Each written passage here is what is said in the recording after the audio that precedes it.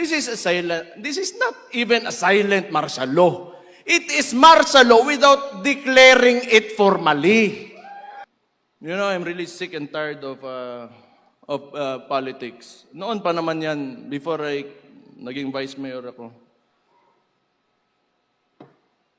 Isa pang binalik ng adik na pangulo na sabi ng kapatid niya, hindi, kailangan ko i-put into para sasabihin naman ni Matibag na, oy, sinabihan mo adik, ikukulong ka, pusasan ka, nimumbuhanga ka.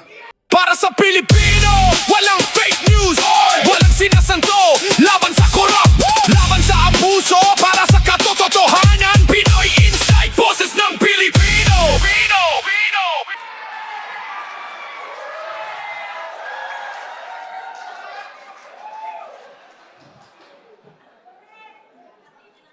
Bisaya pa ni mo, Choy.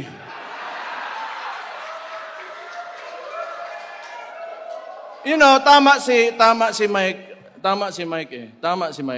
This is not even a silent martial law. It is martial law without declaring it formally. Ang dami nang nakukulong, may mga kaso, and for what? Because they opposed the actions of the administration. Why? Is that so wrong? Kung ikaw, Presidente, that would be good information for you to fix your country.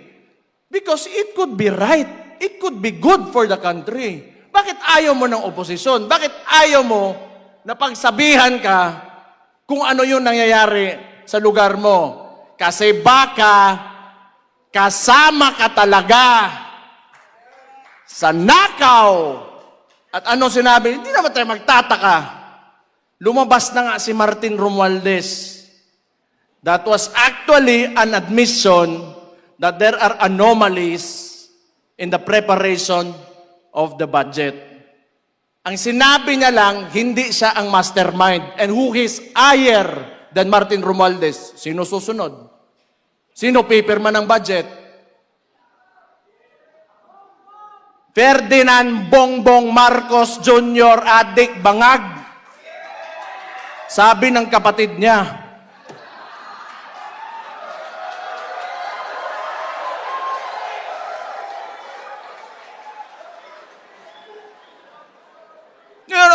Ako ang ginaingon dire ba? Ako ginaingon gani. Awa, nanaghan ng adik karon. Dumami ang adik. Dito sa Davao, lagi may huli. Sa ibang lugar, wala. Hinahayaan nila. Takot yung mga pulis. Kasi pag hinuli mo adik, magagalit si Bongbong. Kasi adik daw siya, sabi ng kapatid niya. Oh, ano mangyayari ngayon? Yung mga pamilya, sira. Breadwinner, yung tatay. Pag nagsabu yan, wala na, sira ulo, ayaw magtrabaho, bubugbugin yung asawa. Ano mangyayari sa household? Wasak yung pamilya, yung mga bata, saan papunta? Hindi papasok ng paaralan. Yung community, yung mga barangay dyan, apektado. Sino nagbabayad ng buwis? Sila mismo. The driving force of our economy are the communities, ang kapobrehon, imong pasagdan na mabuang. Napatay Chief PNP mo ingon lang, sasabihin niya lang, pampahaba lang ng oras sa trabaho ang drugs na yan. Tanawa unsa ka bangag ng presidentiya na, and you allow your Chief PNP to say that without reprimanding him. Tanaw ninyo, tingin nyo ba may kinabukasan pa ang Pilipinas pag nagpatuloy ito?